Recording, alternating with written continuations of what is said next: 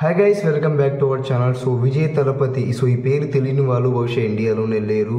So Tamil ఇండస్ట్రీలో రజనీకాంత్కి ఎంత అయితే క్రేజ్ ఉందో, సో అంతలా క్రేజ్ అయితే విజయ్ తలపతికి ఉంది. సో ఒకప్పుడు సూపర్ స్టార్ అండ్ ఇప్పుడు సూపర్ స్టార్ అయిన రజనీకాంత్ గారు ఫ్లాపుల్లో ఉన్నప్పుడు విజయ్ తలపతి హ్యాట్రిక్గా హిట్స్ కొట్టుకొని, సో ఏకంగా రజనీకాంత్ సూపర్ స్టార్ గారి రేంజ్లో అయితే తనకుంటూ ఒక ఇమేజ్ని అయితే క్రియేట్ చేసుకున్నాడు.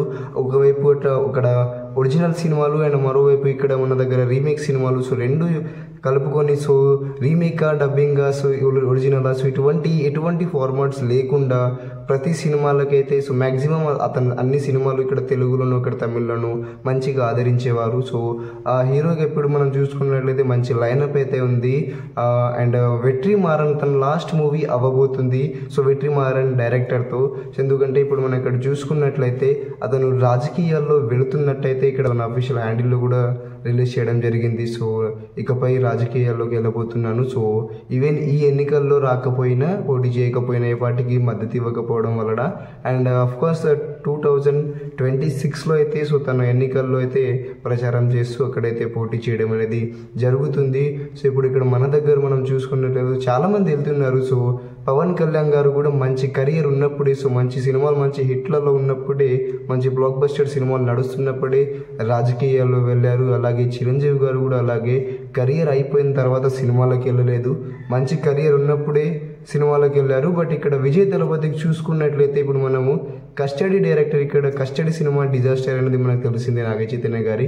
ఆ డైరెక్టర్ చేతిలో మరొక సినిమా అయితే చేసి ఇవ్వడం జరిగింది. సో ఇప్పుడు ఎక్కువ మంచి ఫామ్లో లేని డైరెక్టర్స్కి అయితే ఈయన సినిమాలు అయితే ఇవ్వడం జరుగుతుంది, లేదా హై ఎక్స్పెక్టేషన్స్ కానీ హైప్ కానీ బ్లాక్ బస్టర్ ఉన్న డైరెక్టర్స్కి అయితే ఈయన సినిమా అయితే ఇవ్వలేదు. సో అలాంటి డైరెక్టర్స్ అయితే ఈయన సినిమాలు చేసుకుంటూ అవే సినిమాలు ఈయన రాజకీయాలకు వెళ్ళే ముందు లాస్ట్ సినిమాలకు అయితే మారబోతుంది.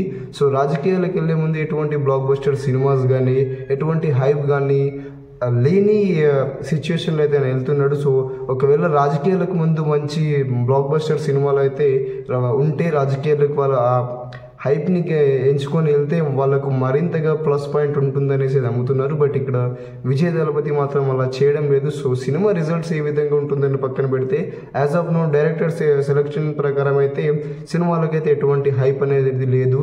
అండ్ సినిమాలు ఏ డైరెక్టర్స్ ఉన్నా కూడా విజయ్ దళపతికి అయితే రాజకీయాలకు వెళ్ళే ముందు సో ఆ సినిమాలు అయితే లాస్ట్ అవ్వబోతున్నాయి. సో ఇక రాజకీయాలకి వెళ్ళే ముందు సో ఈయన సినిమాలు ఏదైతే ఇప్పుడు ఆన్గోయింగ్ ప్రాజెక్ట్స్ ఉన్నాయో ఆ సినిమాలు చేసుకొని సినిమాలకైతే గుడ్ బై చెప్పబోతున్నాడు. సో ఇలా చాలామంది వెళ్తున్నారు. సో సినిమాల్ని పక్కన పెట్టేసి రాజకీయాలకి, సో డబ్బు ఉంది, సో ఆస్తి ఉంది, సో ఫేమ్, ఎవ్రీథింగ్ వాళ్ళ దగ్గర ఉన్నాయి. బట్ ఏదో ప్రజాసేవ చేద్దాం అనుకొని ఆయన అయితే ఇలా ముందడుగైతే వేయడం జరుగుతుంది. సో అతని దగ్గర ఉన్న దాంట్లో అతను చేయగలుగుతాడు, అతను చేయగలిగేది మాత్రం ఆయన చేస్తున్నాడు.